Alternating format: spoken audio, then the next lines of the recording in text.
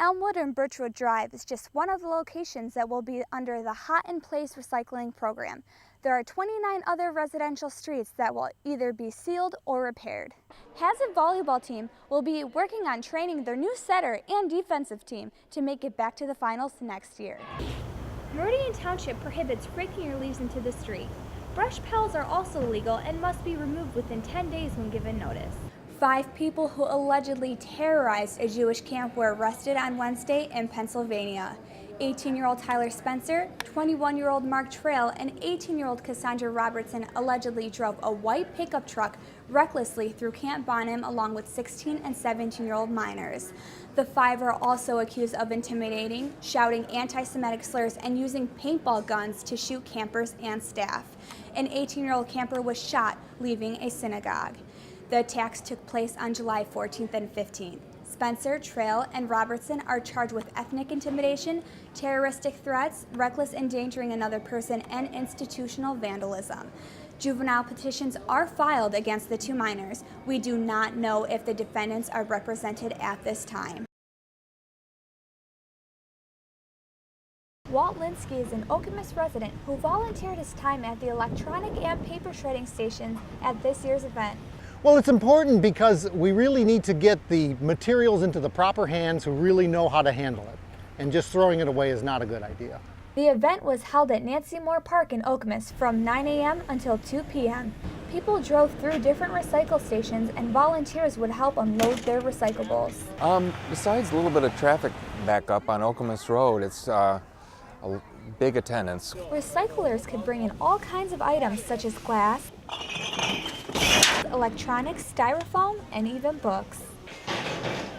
We'll probably get close to, I'm guessing, about 1,000 visitors today. People were driving up as early as 8 a.m. to recycle. Everything from televisions to packing peanuts were brought in to be reused. The recycling event even offered a paper shredding truck for those who brought any type of personal documents. This is just one of the trucks that brought supplies here today, but it will not be enough to transport all these recycled products back. Volunteers are estimating that it will take at least 3 or 4 semi-trucks to get the job done. It's going to produce tons and tons of things that aren't going into landfills that'll be recycled, so I'm very pleased. A coordinator, a special event committee, and about 100 volunteers were needed to make the reused recycled disposal event a success. In Meridian Township, Cindy Harb, Home TV.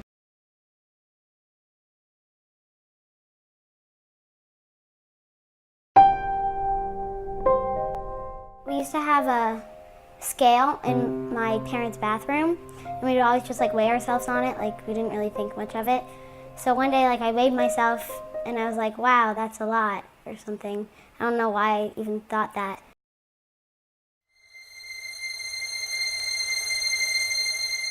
I started not eating breakfast, and I remember one day I brought Greek, fat-free, Greek yogurt to lunch, and I only ate strawberries. I started cutting back, and I guess I was cutting back a lot more. Well, one day, my mom and I used to walk a lot, and she was like, Jessica, you look thin. And I thought, oh no, she's kind of figured me out.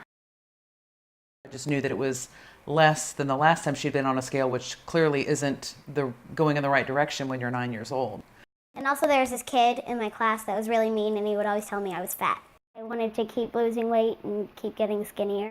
It was horrifying. It was scary to watch. I mean, she did end up in the hospital in Atlanta, dehydrated and really facing some of the effects of starvation and on a heart monitor for a week. And during that week is when we put the plan into motion to take her to treatment.